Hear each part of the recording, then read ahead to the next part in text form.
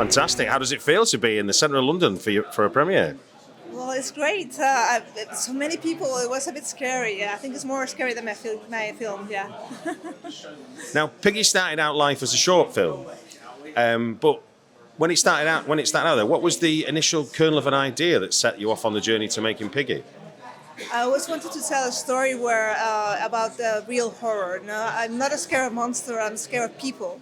And I was at the same pool where I shot the short, and then later I shot the film. And it was a very hot day in summer. There was no one around. No one in the right mind would be outside because people are having siesta, and that's it.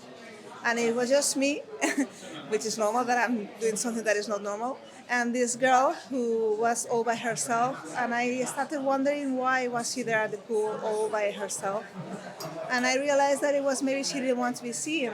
And that got the seed of the idea, and I started writing the short the same day. And after that, I just fell in love with the character and the conflict. And what were the challenges sort of taking that initial short film idea and then turning it into a feature film? The biggest challenge was to stay true to the character, not to make something that other people wanted to be, and to be truthful to that journey, and to be as fun as possible, and not to listen to too many voices, basically. Now, the casting of Laura in the lead as Sarah, so Piggy, in terms of the cruel people that live in her town, there must have been a lot of work that you did between each other to develop the trust, because that's a fairly vulnerable character and you're getting your actor to be that person. Well, Laura is a phenomenal actress, and she's so intelligent and also so empathetic. So we both fell in love with the character, and we just, just trust came quite easy because we understood the story and her so immediately, and so it was almost like we both felt love at first sight with this character. So it was just an act of love of us towards her. Yeah. Now, it starts off as a dark drama where you've got obviously Laura's character being bullied by some friends from a peer group, but then it changes gear and it turns into the horror film that's here today, playing at FrightFest.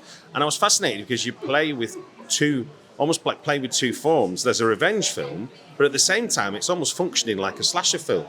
How did you make those two things sort of work? Because whenever in doubt, who's going to be the final girl? It was also a coming-of-age story and a comedy.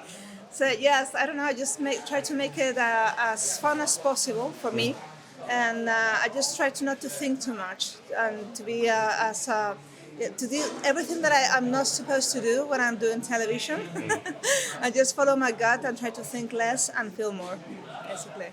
Well, in that sense, then, what are the freedoms you get making film that you don't get with television? All of it, because I had a lot of trust from my producers when I filmed, so they basically trust my ideas and my visions, and it was thematically more freedom, and also stylistically more freedom. I got to choose my team, the ones that I feel more comfortable working with. It was a great experience, yes. Television in Spain is changed, but for the most part it was very strict. Yeah. And one last question: what's a fond memory from the shoot that you'll always hold on to? I think, well, a lot of them, because we are a very, very tight team, because we all lived together in the small village for a long time, and it was a very intense shoot.